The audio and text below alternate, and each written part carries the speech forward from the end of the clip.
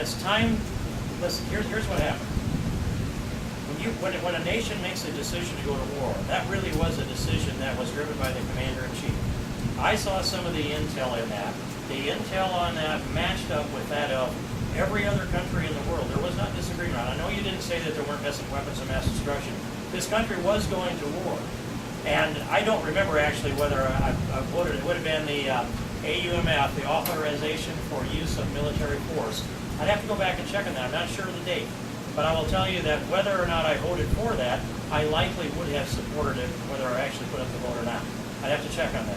I wish we had tightened our belt. I wish the President of the United States then had said, let us sacrifice here at home, because we're going to have to pay for this war in our time. And I went and pressed for a balanced budget. I pressed hard for a balanced budget.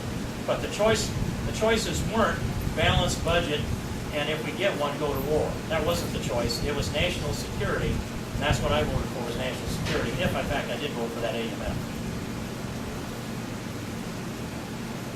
Anything else? Surely there's something else. Yes, sir. Today I heard on the news that the House had passed and sent to the Senate a bill that would allow the government to pass along propaganda. Now, years ago, I just heard this today, so okay. I might be all wrong. Years ago, especially during the war, the government did use propaganda. I'm talking back in the WW2. And then they did outlaw it, and then they restricted it or laxed the restrictions on it. I don't know that much about it, and I'm not trying to put it down the spot, but that's the first time I heard about it. That the government can, supply a certain amount of propaganda to make their point better on what they're doing. I would hope that the new administration wouldn't do that.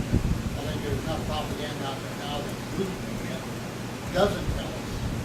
What they do tell us is stupid. Have you heard anything about that? Well, I haven't. I'm going to have to go Google propaganda and see what's out there. But if anything like that came through the House, it would have been a fascinating debate to define propaganda.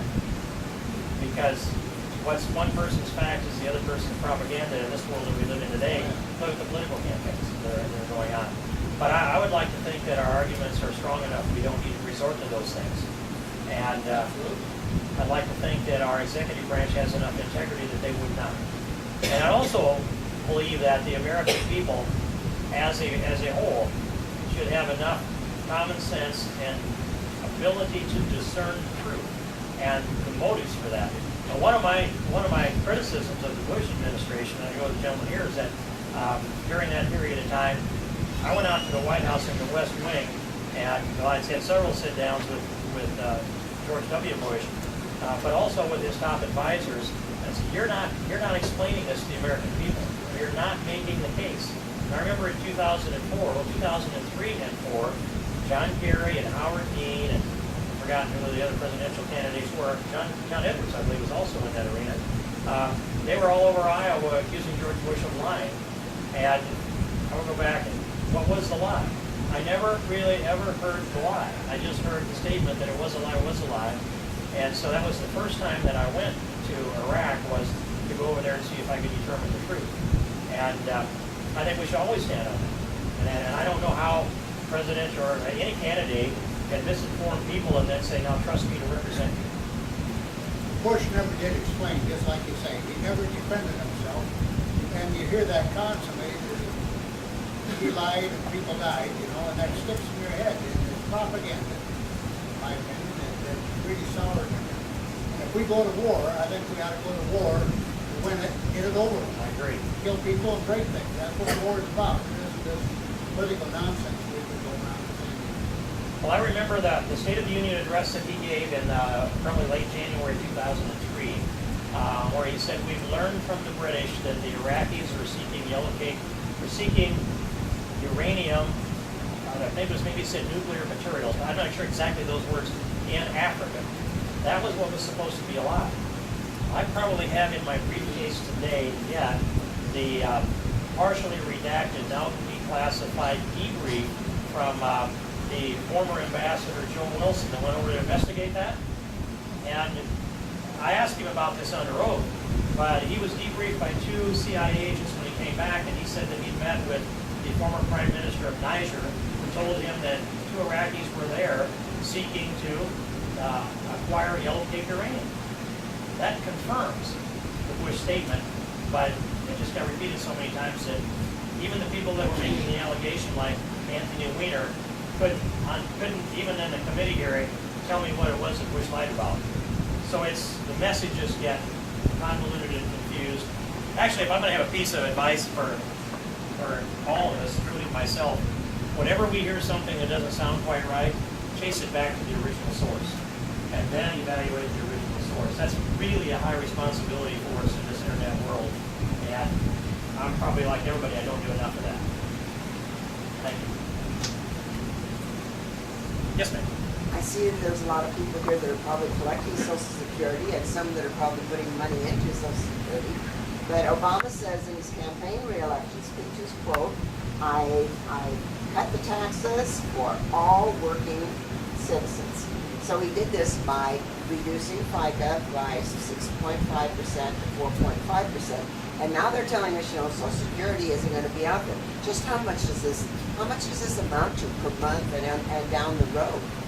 Well, it depends on how much money you're making, of course. Well, I know, but How are they going to pick that back up? Because nobody talks about the replacement. Because I think in the law, they've got to pick up that 2% someday. It's got to come back. Because basically what he did is he's taxed the high people because they pay most of the taxes anyway.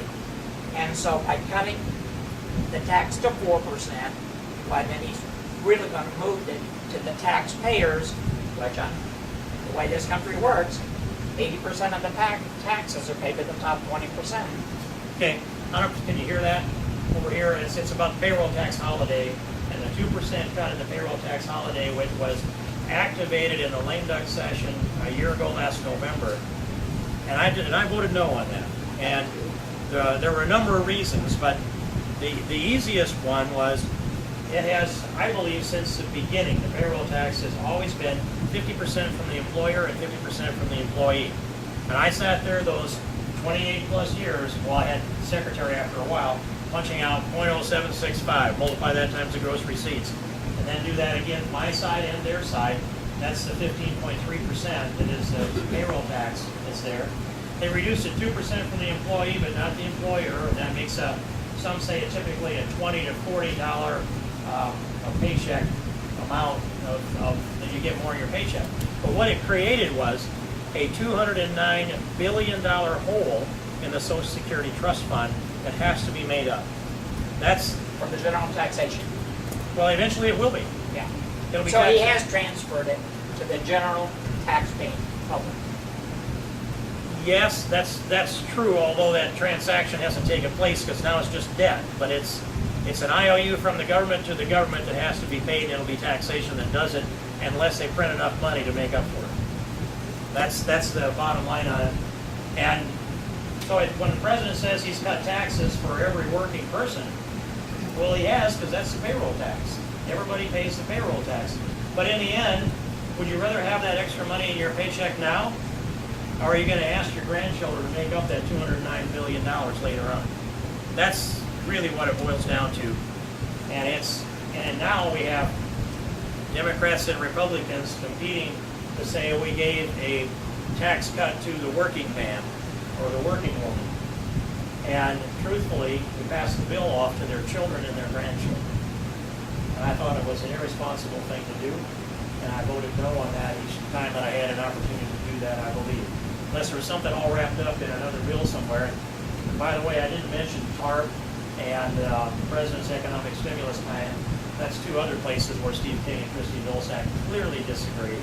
I opposed them both because they were also irresponsible. And the increase in the debt that this nation has gone from someplace in the neighborhood of, I see two different numbers. One's about 9.5 trillion, 9.6 trillion in debt, 9.6 trillion up now to 15.7 trillion. The other numbers I had, I got to go back and identify those original sources so I can compare to you. But I've been working with a number that is President Obama coming into the and coming into about $10.6 trillion of national debt, and now we know it's 15.7, just a hair under 15.7 trillion. So it's easy to say $5 trillion in national debt increase in 3.5 years, and this just can't go on. As Governor Branstad said a few weeks ago, if we get another term of Barack Obama, we'll be worse than Greece.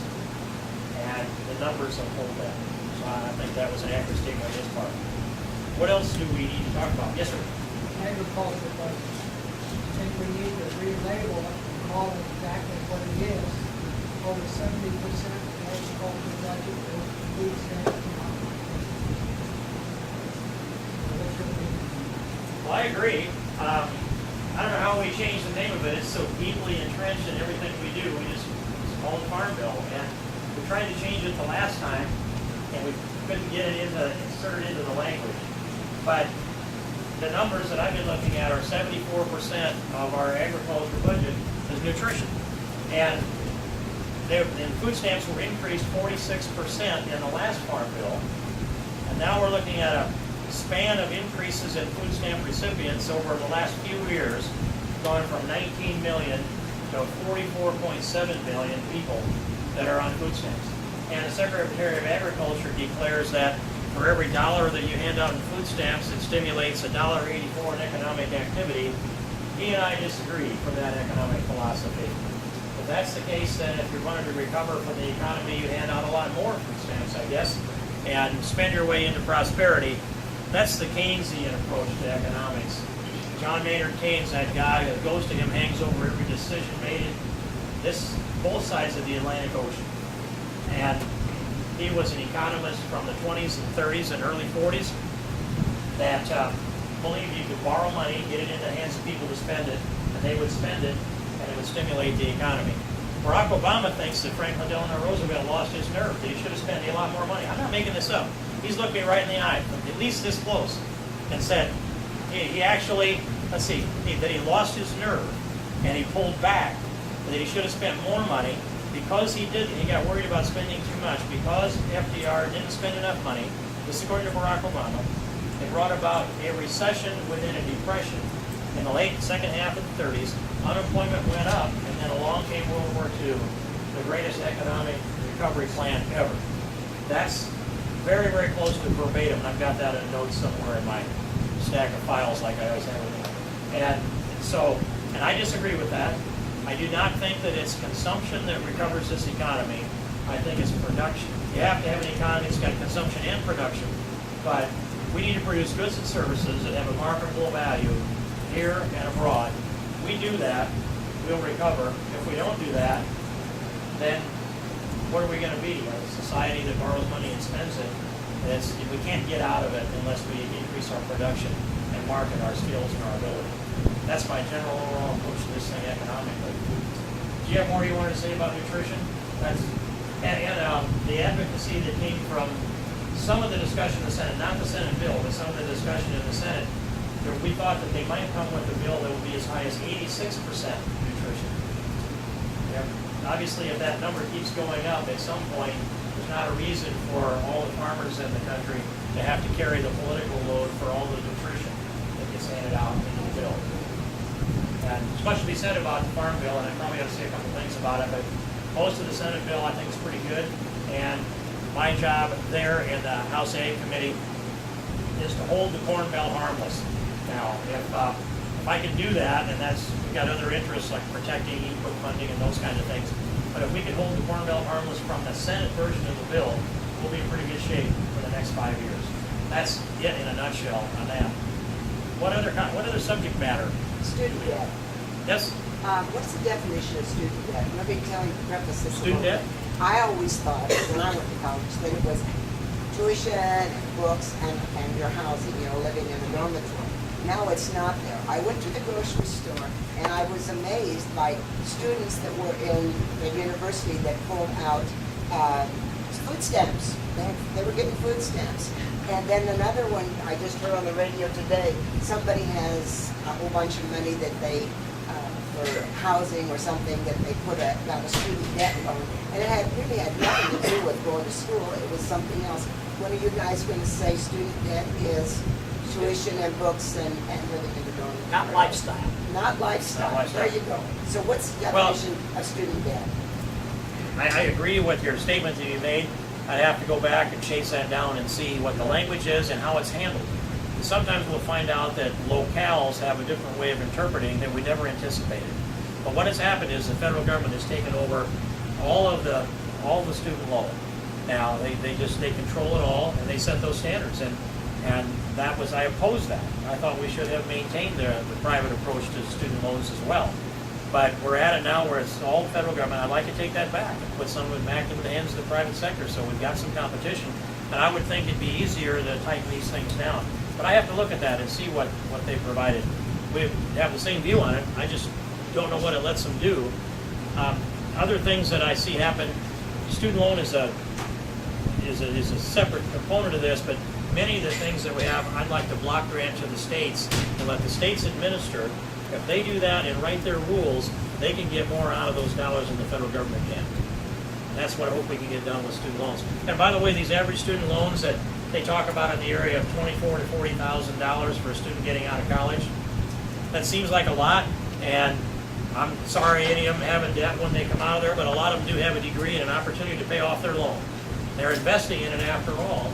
But those kids that are born with $51,000 worth of the national debt don't have a choice, and they've yet to even start their education. So I'm more concerned about every American's share of the national debt than I am the student's loan at this point. That might fit in with what you're thinking too. But I'll have to look at that language. Somebody in this room took a little note and they're asking the question, so I get the answer. Thank you. Yes, So, you know, everybody complains about big oil, big business. The free enterprise system has built this country. We got to keep that foremost in our thoughts instead of getting demonized. But when it comes to the colleges, I think a big school is ripping the kids off to start with. And then can you explain on this, on the student loan interest rate? The Democrats cut it in half, a few years ago, but they very wisely, not wisely, but they trickery, put a sunset into it, so it would happen right now before the election. And then they come back and say, oh, the nasty little guys aren't gonna give you, gonna double your student loan if you don't vote our way. It just kind of makes you a little bit mad. Can you elaborate on that student loan deal? Well, it was set up in a way to time it so that there could be a political vote that the interest on the student loan was paid down by borrowed federal tax dollars, and that expired just a couple, 3 weeks ago, I believe. And so it became one of those political contests on really who could gain the other side on it. And John Boehner decided we're going to take it off the table, and he reached into a special program that wasn't functioning anyway of Obamacare, and used it as a means to fund student loans. I'd have thrown all of Obamacare out, so that wouldn't have been there to go on. And the student loan side of this thing and the interest part of it, it is, would you rather have a interest rate on your student loan, or would you rather have the national debt pay the interest on it in 20 or 30 or 40 years? We've got to start thinking in terms of national debt and the burden on every individual. I don't know if that covers your question. Yeah, I don't like those political, in the end, you know it's a political game. You knew that when you came in here today, not because I've confirmed that, but you knew that. And the public watches. We have an astute populace out here, at least in Iowa. And you read the paper, you understand human nature, you see the patterns of history. We aren't going to fool anybody in Congress. We might as well just go right full bore on what we believe in, stand there and fight for it, get it done. Good. I'd like to see Boehner put two sentences together and explain that when you have the chance with the news media. Of course, they probably cut it out of the nightly news. But maybe he does explain it, we just don't see it in the news. He ought to come right out and say what it is. Well, it seems to me that whenever there's a political media thing that gets hyped up, then we have to do something to act on it right away. And I don't like the idea that the New York Times can control the agenda in the House of Representatives. I think that's pretty clear on that part. Let's just do the right thing. Do one more quick question, Congressman. There is one out there. Yes, sir. Is there ever a chance we're going to see a pipeline for ethanol to the East Coast? I don't know. I hope so. Been talking about it for 4 or 5 years. Yes, and you know, that's something that Leonard Boswell has been, he's done some initiative work on that. We've looked at that in, I think in a favorable way. I'm not sure about the details or how he provides the incentive for that. But it would be great to be able to do that, consolidate it and ship it out that way. There's certainly I'm for getting that done. The means I don't know that I agree with every means. Another thing that's going on is there's an effort to take the wind generated electricity and set up a power line down the railroad grade to Chicago, and then take that wind electricity, convert it to DC current, and then pipe it to Chicago and then convert it back to AC and put it in the grid. I think that's a good idea too, and I don't know, maybe they both follow the same right away. That would be a nice thing. Clean lines on its own. Clean lines establishing its own right of way. Is it? Yes. Can you give us the status? There's still big routes, I think, the last I heard. They're still picking and choosing routes and trying to go through just a few flaming groups and hurdles to get it. What are the odds on success? Maybe next year. Well, the way the world moves, the only thing we get done in less time than that is build levees before the water comes down the Missouri River. So, yeah, I don't know if that resonates here, but I say that because when the Corps of Engineers said they were going to open up the floodgates and the dams upstream, everybody went to work hauling dirt to build levees to protect us. We didn't wait for government regulators, and in an amazing period of time built miles of levee and protected a lot of real estate. But otherwise, to get things, good ideas do take years to get them implemented. And you think there's a prospect next year. I wouldn't be discouraged much by that. It's the election this fall. Yes. Good. So what's your level of optimism then?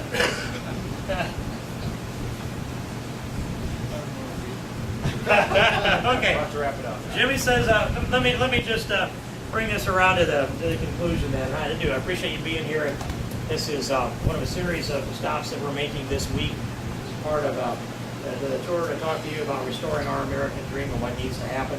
And as I said, we'll hold the majority in the House and expand and win the majority in the United States Senate, win the presidency.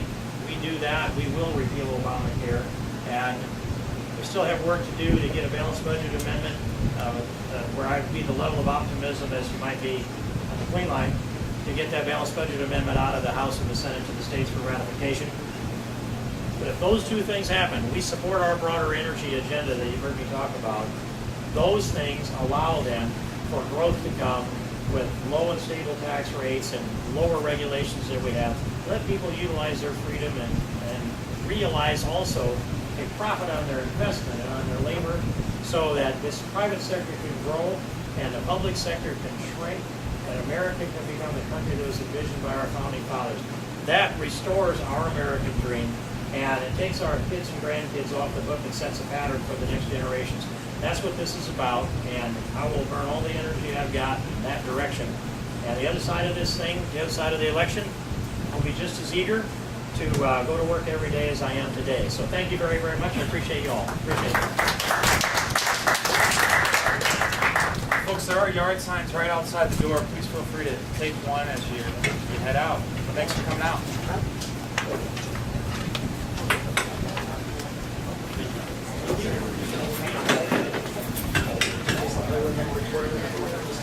How are you?